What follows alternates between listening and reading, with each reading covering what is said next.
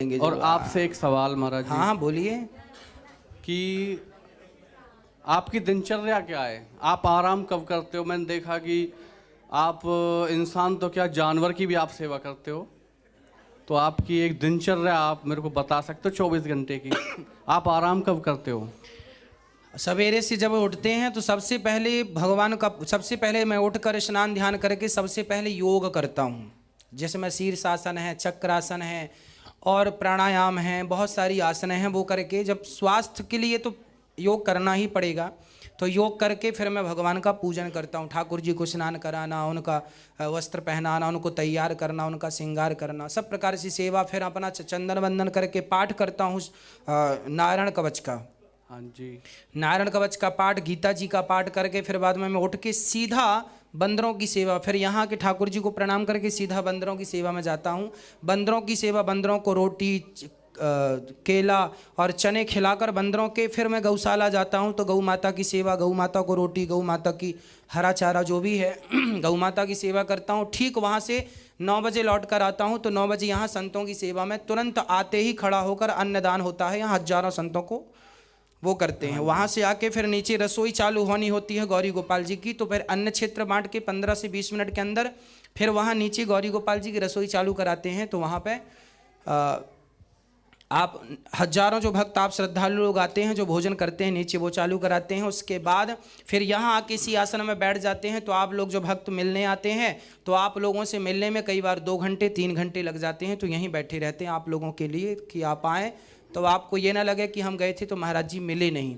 इसलिए आप लोगों की खुशी के लिए यहाँ बैठे रहते हैं कि आपसे मिलना हो जाए। फिर यहाँ से बैठने के बाद, यहाँ से उठने के बाद जब जाते हैं, देखा कि समय हो गया भोजन का, तो भोजन कर लेते हैं। भोजन करने के बाद थोड़ा सा अध्ययन करते हैं, यदि समय है तो, नहीं तो तुरंत यहाँ से बुलावा जाता है कि नीचे भक्त खड़े हैं, तो तुरंत भोजन करके नीचे आ जाते हैं और आपसे मिलते हैं। इस मिलने में लगभग 1:30 बज जाता है। 1:30 बजे जाते हैं, तुरंत स्नान करते हैं। स्नान करने के बाद, तुरंत स्नान करने के बाद तैयार होते हैं, ठाकुर जी का ध्यान करके तुरंत कथा में पहुंच जाते हैं। 2:30 बजे से कथा, 6 बजे के बाद वहाँ से उठते हैं। कथा से उठने के बाद सीधा ऊपर जा कर के 2 गिलास पानी पीते हैं या दूध पीते हैं, और उसके बाद सीधा दूध या जल लेकर के सीधे आपसे मिलने नीचे 6 बजे 6:15 बजे के लगभग यहाँ आ जाते हैं, आपसे मिलते हैं। फिर 1 घंटे आपसे मिलते हैं। 7 बजे प्रश्नोत्तरी का समय हो जाता है, तो 7 से अभी 7:25 हो गए, अभी आपके सामने बैठे ही हैं।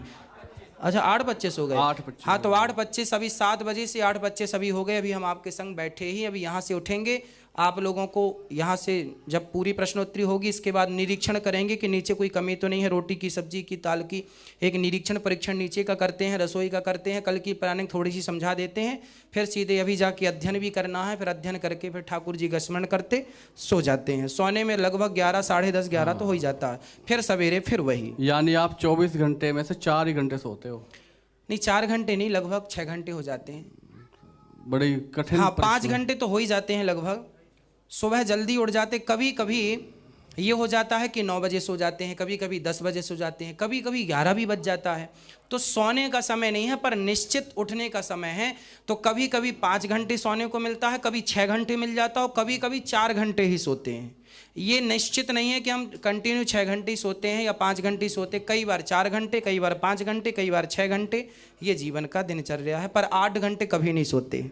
हाँ जी। हम बड़े हैरान हैं महाराज जी इसी चीज़ को देख के। हम देखते हैं घर पे, मम्मी पापा सब सुनते हैं कथा। हाँ। तो ये कहते हैं महाराज जी सोते कब हैं? क्योंकि हम आपको लगे ही देखते हैं, जब देखते हैं लगे रहते हो, लगे रहते हो, जब भी देखते लगे रहते हो। यही कर्म योग है। यही क्या है? कर्म योग। कर्म हम कर रहे हैं, और कर्म को क्यों कर रहे हैं? क्योंकि उस कर्म को हमने भगवान से जोड़ा कि ये सारा कर्म भगवान के लिए है, तो वही कर्म योग है और वही भक्ति योग भी है।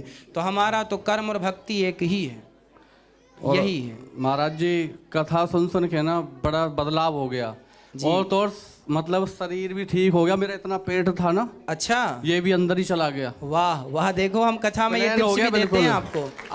आपने बोला क्या खाएं क्या ना खाएं। हाँ हाँ बोला। मैं सर्च करता हूँ आपकी एक एक बात पे, सर्च करता हूँ एक एक बात पे। जी जी, नोट करता हूँ क्या खाने पीने का। यदि सब लोग ध्यान रख लें ना तो वो मोटे नहीं होंगे और वो स्वास्थ्य अच्छा रहेगा, आप बिल्कुल एनर्जेटिक रहेंगे। एनर्जी से भरे हुए। ठीक है, आपने बोला कि कम खाओ काम ज्यादा करो। हाँ बस यही फॉर्मूला। मैं दिन में 2 रोटी खाता हूँ, 24 हाँ घंटे में जी, सिर्फ हाँ जी। 2 रोटी, 24 घंटे में सिर्फ 2 रोटी खाता हूँ। सलाद ज़्यादा लेता हूँ, चुकंदर है, गाजर है, ककड़ी है, मूली है, ये ले लेता हूँ। और इसके साथ साथ सब्जी दाल ज़्यादा ले लेता हूँ, थोड़ा सा मटर इत्यादि, अभी सीजन है ना मटर का हरा, तो ये मटर वटर ले लेते हैं। 2 रोटी से मैं तीसरी रोटी नहीं खाता, बहुत भूख लगती है। शाम को तो मैं खाते नहीं हूँ, अभी जाऊँगा दूध पीऊँगा सो जाऊँगा, तो रात्रि का भोजन नहीं। किसी डॉक्टर पे इलाज नहीं पाया गुरुजी, आपने पेट घुसा दिया अंदर को, सही कर दिया। तो हमारी जो बातें कर हैं दे वो बिल्कुल। शास्त्रोक्त बातें हैं, बिल्कुल सटीक हैं। आप करेंगे तो बदलाव होगा। हमारे यहाँ किंतु परंतु नहीं है, हाँ जी, हमारे में किंतु परंतु नहीं है कि आप कर लो होगा या नहीं। ना जी, जो कह रहे हैं वो करोगे तो लाभ होगा, इसमें कोई किंतु परंतु, हाँ इसमें कोई किंतु परंतु नहीं है।